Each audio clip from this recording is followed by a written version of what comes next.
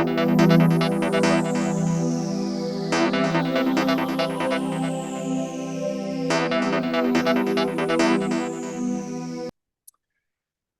comic book fans. Welcome to suddenlycomics.com. It's a Monday night, and if it's a Monday night, it is the price variance. That's been the way for the last 2 years. We're not changing any of that. Alan seems to have sorted out his wall of comics. They're not falling on top of him this week. That's a good thing. That's a good thing. So what are we doing this week? We are looking at the cover price weekly review.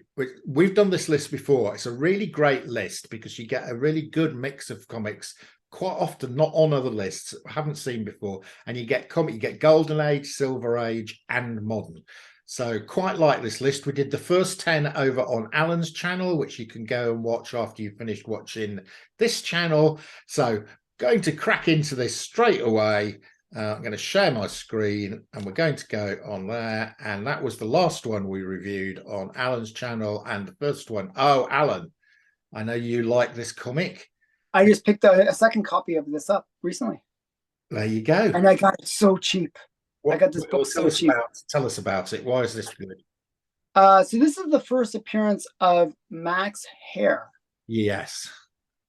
And Max Hare, I didn't realize Max was actually a rabbit, to tell you the truth.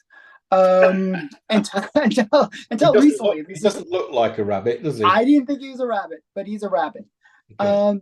And this character later becomes the Max. And sort of a kind of a fun, is it Sam Keith? Sam Keith, yeah. Yeah. Great character, just sort of one that's kind of fun that a lot of people liked from the 90s. Well, I mean, Sam Keith is still drawing the Max occasionally. Yeah. I'm just saying that he was really hot during the 90s. Yeah. And this was where he made his kind of first prototype. It's kind of a prototype, kind of the real thing, appearance. So this is like one of those books that like collectors will hunt. I picked actually this book up in a high grade for $150. Oh, that was a good buy. So 9.8 currently back in 2021 1530. 9.6 can be had for 300. I think mine was hard to find. They're saying it's hard to find. There was a great TV series. I don't know if anybody watched the TV series The Max, but that was good fun as well. Yeah, very bizarre, it says here, but good fun. I thought you collected the Max. I do collect the Max, but I haven't got this. Oh, really? You've got two. We might have to do a trade. Yeah, we can do a trade. I like one's a raw copy. Yeah. Yes, I do collect the Max. I like the Max. I like Sam Keith. Right. So definitely one that people should look for. It's usually goes for, just so you know, usually look for it in that $200 to $300 range. Right. Okay. So next up, Alan, we've got Spawn 230 from 2013. This is a hard pass for me. I know this book. So this sketch cover done by Todd himself. I think from 2013, that's when they weren't producing that many of them. Yeah, this is rare. I can tell you that. But I never liked sketch variants, to tell you the truth. All right. Okay. And but it isn't it's Todd homaging Todd. Yeah, which is always a bit, Yeah. Homaging yourself, I think, it's got a bad taste about it. Us Brits would never do that, If I'm going to do something, I'll wait for somebody else to homage it. I don't want to homage my own stuff, that's not good. Yeah, it's kind of weird. So this is a 1 in 25. When in 2013, Spawn was like maybe, I think they were doing 5,000 to 10,000 books per month. Yeah. It was like really low print runs. Yeah. So 1 in 25. Yeah. That means that this is super rare. Yeah. So if you're a Spawn collector, probably this is your book, but not for me. No, not for me. But I think this next one, Alan, is for you. Yeah, I have this book. Spicy Tales 11. I think I might have this book. It's up in the attic if I've got it.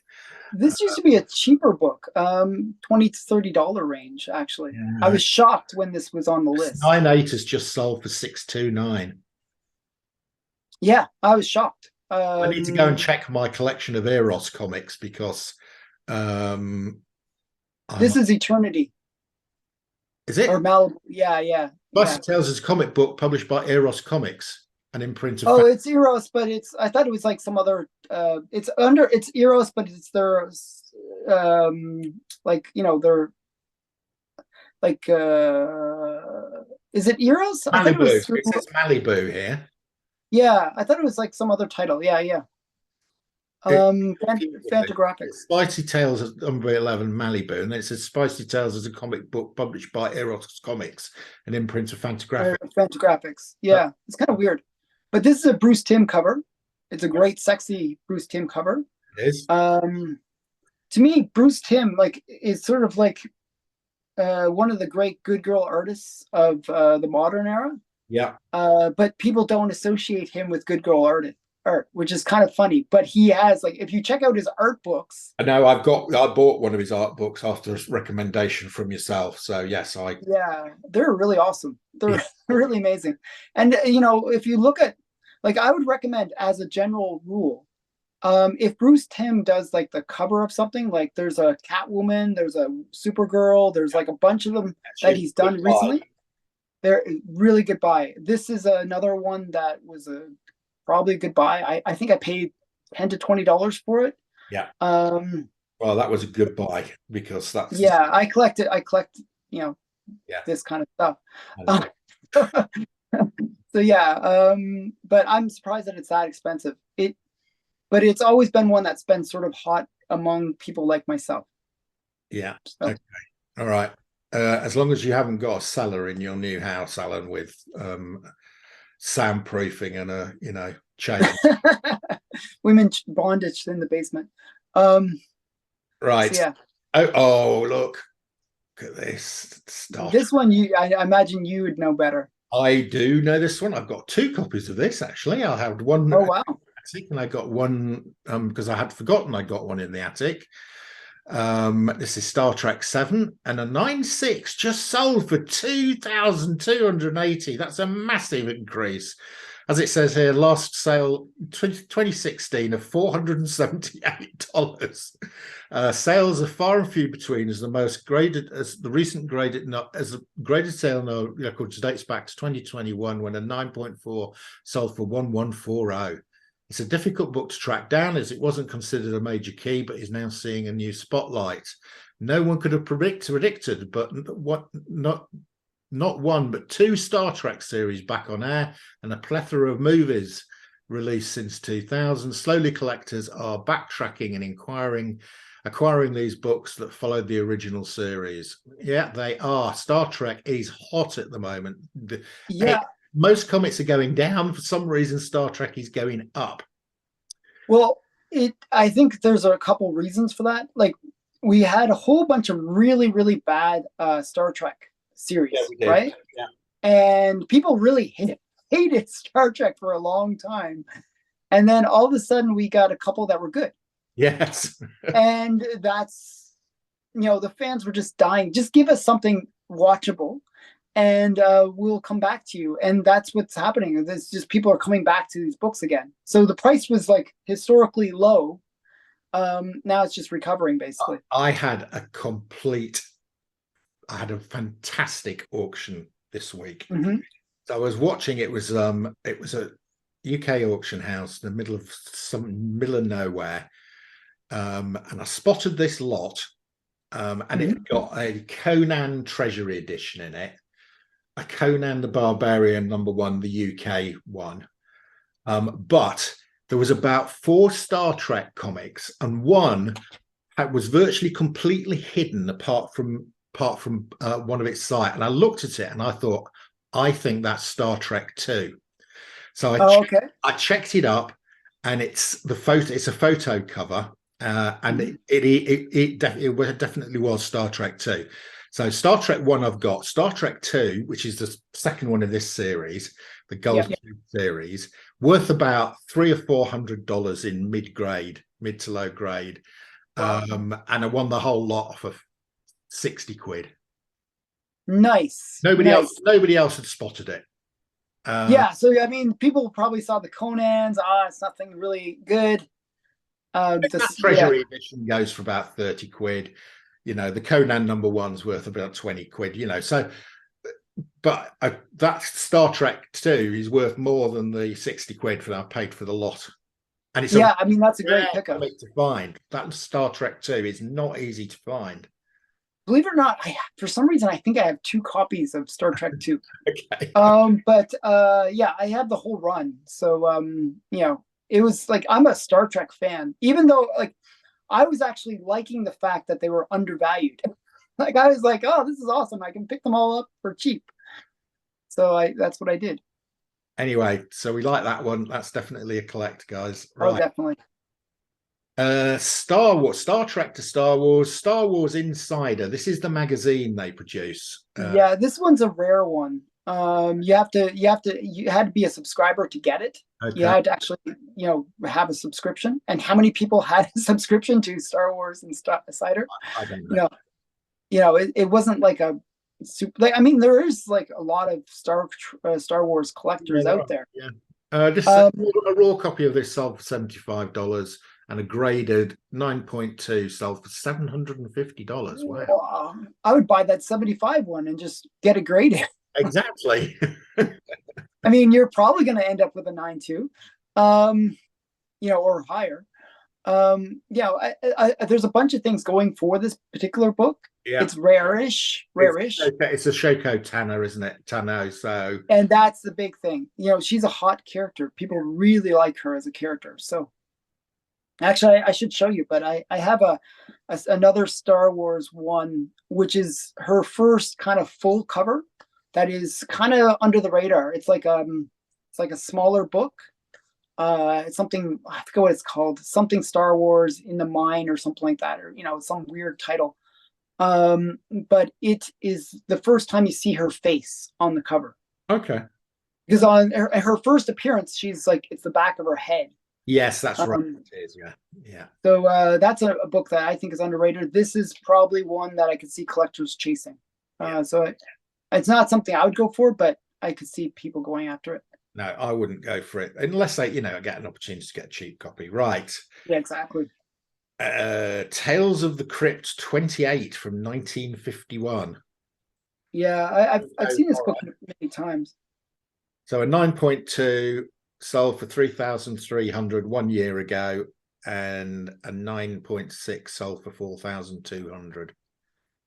I don't think there's anything that's key significant about this book, but I'm not sure. I just know it's a cool buried alive cover. I forgot who did the cover. Is it Al Felstein? I think it is. But yeah, so these are, as I said, when I commented on my channel about Tales of the Crypt or any of these kind of EC books, I was a little bit nervous with them. What I think is happening right now is collectors are trying to go to what they think is a safe bet, right? So what do? You go Golden Age. Golden Age is safe. All these modern books, they're going all over the place. They're nobody knows what's going to happen. So pre-code horror, that's another safe thing. EC, that's the big title, so it must be safe. So people are kind of parking their money into these pre-code horror books, and they're going up really hot right now. They're really a bit overpriced in my mind. Overdone. Okay. Yeah, so that's why I was like really skeptical about the pricing. Actually, I would say this is a good book. Just like I said, the other one was a good book, but I think might be overpriced. Yeah. Okay. Not that in my nerve. That's what this is a lot now, isn't it? Probably. So this is just from personal experience. Like I could be totally wrong. Maybe long term, you good money, but this is just my feeling about it. Yeah, I'm actually buying Bronze Age horror at the moment because Bronze Age horror is really comparatively. It's cheap and it's actually pretty scarce, believe it or not. Yeah. So it's quite good. I think that's a good investment. Okay, here we go. Teenage Mutant Ninja Turtles 25. I'll let you talk about this because I know nothing about turtles. Well, you are in good company because I don't know anything about it either. So Let me see what it. Regardless of how many collectors feel about it, the trailer for Teenage Mutant Ninja Turtles: Mutant Mayhem caused a spike in Teenage Mutant Ninja Turtle book sales. Of course, the key issues have seen the most notable bump, but when you have books like this, issue 25 doesn't feature any notable first appearances or events, but it does feature a killer ensemble of the four brothers from 1989. Okay, so it's a cover. It's a cover. It's a cover by, I would say, I wouldn't touch right now. I wouldn't touch Teenage Mutant Ninja. CGC 9.8, 145 3 months ago. High grade. Yeah. No, it's a forget for me. Well, So yeah, so this is like one of those ones where it's not a key, and is it really that great of a cover? Not really. No. And Turtle books were kind of before like the whole COVID kind of bump in prices. Turtle books were kind of overheated, and they were the first that get hit when the correction happened. If these are dropping below the floor, where they were before all this crazy stuff happened in our world, then it's a good book to buy. If it's the case that it's still above that floor, I wouldn't touch it with a 10-foot pole. Okay. This is one I know and love this book. You've got it because it's a Warren, and you've got every Warren book, right? Yeah. Yeah, I like that. I have not got that one. I've got quite a few Vampirellas, but I haven't got that one. Yeah. So this is a Warren book, issue 39. Yeah. It's a nude cover, by the way. Fairly nude, yes. So yeah. The skull. It's a nude skull cover. Yeah. So basically, this book, it's just hard to get in high grade. There are only 31 graded copies of this. Yeah. And the CGC just sold for 9.6, just sold for 950, a record high. Yeah, it's the black cover situation. Magazines were poorly kept anyways. Yeah. Like, for example, I have no graded Warren books. Not one of my books from Warren, my whole entire Warren collection of over 8,000 books is graded. Where would you start? I mean, Yeah, that's the problem. And a lot of people, they didn't bother grading the magazines because magazines are really annoying getting them graded from CGC. Yeah. They're out there. You can find this book in low grade fairly easily. Getting it in high grade is very challenging. Yeah, if I came across this and somebody was selling it 30, 40 pounds, I might buy in decent grade. I'd probably buy that would probably be a reasonable price. I would say anywhere from 20 to 50 bucks would be kind of the range. Once you get into the nines, you can it goes kind of crazy. Yeah, no, I'd buy raw. Yeah. Okay. But right. We've got a C book. They're all over the place this week, Alan. This is a famous cover. This is one I've been really hunting for. There's a couple things that make this book extra hot. There's actually a comic channel, Swagglehouse. He bought this book. Okay. And Automatic Comics, another big EC guy, was kind of hyping up this book as well. Okay. Because it's a cool cover. It's like, a Christmas gift, and he gives her a coffin. So it's like kind of a fun cover. I was thinking of getting it for my wife. Yeah, even less popular with the wife than the washing machine for Christmas. Yeah, exactly. So this is like just a loved comic. It's reasonably rare, actually. Reasonably, I would say it's not super rare again. When I say rare, I'm talking Golden Age style. Where there's like a few hundred copies on the census, like maybe like 1 to 200 copies. That's not really rare for the Golden Age. No. But that's rare for modern ways of thinking. So this is just a hot book. You're going to pay like 2,000 to 3,000 for this book in a mid grade. That's here a 1/4 for a raw VG. Yeah, it's probably more than that. It's probably more like 2,000. Okay, well, I've seen it. It's one of those ones that's really hard to get. I'm going to follow your advice on these. I think you're right. I think they've overheated a bit. Yeah. So you got to wait for them to cool down a bit. I'm going to stick with Bronze Age So horror. you see how the price has gone up. It was at 660 in March. Now it's like 1400. Yeah, because I'm buying up, Neil Adams, Bronze Age horror stuff, 30, That's a good choice. Good 20 to choice. 30 to $40 for a mid to high grade. And I'd rather be buying those at this stage. Right. Yeah. Third flash race. The third flash race. There you go. See, look, this guy's a font of knowledge. Who won? Yeah. This one, it was by a hair flash. Okay. So basically the first two races were a tie, and then this was the win. So this is kind of the definitive book that says, hey, Flash is the fastest. Okay. This book you can pick up for about $20.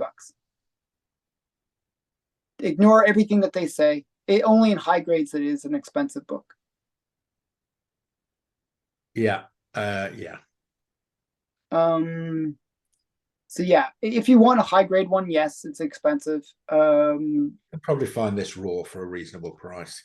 Yeah, you can buy them on my comic shop right now. I actually have one in my shopping cart. But I actually have a second. It's me buying a second copy of it. Okay. Recommend room option comic, something called Essex County. Don't know it. Know it. Let's move on. And the next one, that was James Gunn showed this book. Sorry? James Gunn showed this book when he was doing his announcement. He says he's basing his Superman film on this. Yeah. Yeah, so you can see why that's gone up. What the Watcher is watching, he's watching the Mandalorian graphic novel from Panini, which is the European one. Yeah, I actually would say Mandalorian I would avoid right now. They're not having a good third season. I haven't watched it. I've my Disney. Exactly. Yeah. Seriously. And there we go. Here we go, Alan. This is the argument we were having. This is the book I was talking about. Yes, which I can't believe the price this is going for. I was telling you, it's a big book. Yeah, £13,000. And so they're saying it'll seem like a steal in the not too distant future. Wowee. Yeah.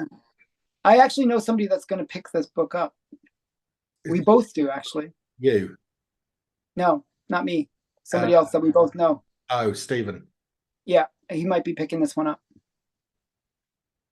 I live in hopes of finding this in one of my boxes of random comics I pick up from an auction house in the UK.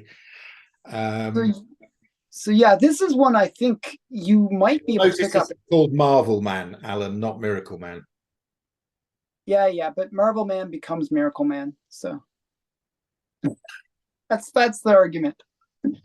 Yeah, this was 1954. It didn't happen until about 1998.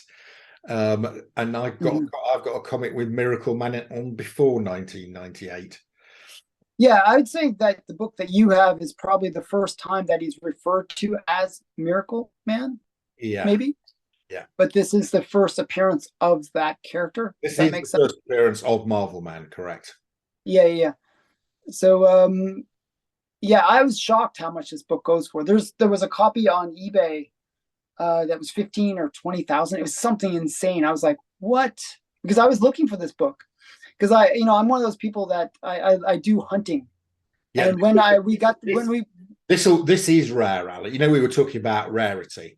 This will be rare, those EC things you've got up there. This is used for the UK market by L. Miller and Son. I don't know what their print run was, but I bet you it wasn't over 5,000. How many of those have survived?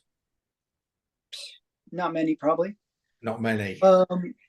It's one of those ones that I think if you're in the UK, which you are, yeah. I think you could probably find it. I've got a few Marvel Man. I've got a few Kid Marvel Man. I've got a few Marvel Family. I haven't got the first ones. So there's a good Marvel Family one to pick up as well. Yeah. Where it's the first Miracle Man Junior or something like that. Yeah. Something like that. Yeah. So this book, I'm kind of like torn on it because I feel like, oh yes, it's rare. Oh yes, it is a first appearance. But what I'm kind of nervous about is the popularity of the character themselves. It's been one of those kind of characters that has been in production hell kind of idea that, sure, it's a great story, sure, it's a great character, but, not many people know him. It's not like he's a Superman or something that's a little bit more known. And it's always been kind of held back. So even the people that do like Miracle Man kind of like are waiting and waiting for it. You know what I mean? Yeah. Yeah. So that'd be my only concern. So I could see this book dropping, and people might find it in some back issue bin of some like UK shop. Yeah, well, that's what I'm hoping. I occasionally buy these auction lots of it, like I did the other week, of just yeah. So I could in a box, which they didn't really know what they've got, and I'm hoping one day I'll come across one of these. Well, so my point is, like, let's say 20 copies get found. Well, all of a sudden that price gets dropped by that. Yeah. You know what I mean? Yeah. I don't think that's going to happen. But I think you might find that I suspect there are 3 or 4 copies of this people have got in the UK and got no idea what they've got. Yeah, easily. Because who knows Marvel Man? I mean, it's just like you would think, oh, this is some silly character that nobody really cares about. Here, put it in the dollar bin, like that. Well, yes, because he was popular. This only ran for 10 years, so it sort of petered out in the 1960s. So you'd only have really known about this if you were around between 1954 and 1963. Well, most of those people are dead now. And the other thing is, like, how well is L. Miller and Son known in the UK? Like in North America, nobody knows about L. Miller and Son. There's me and about a group of 20 Alan Class fans. Yeah, so that's what I'm saying.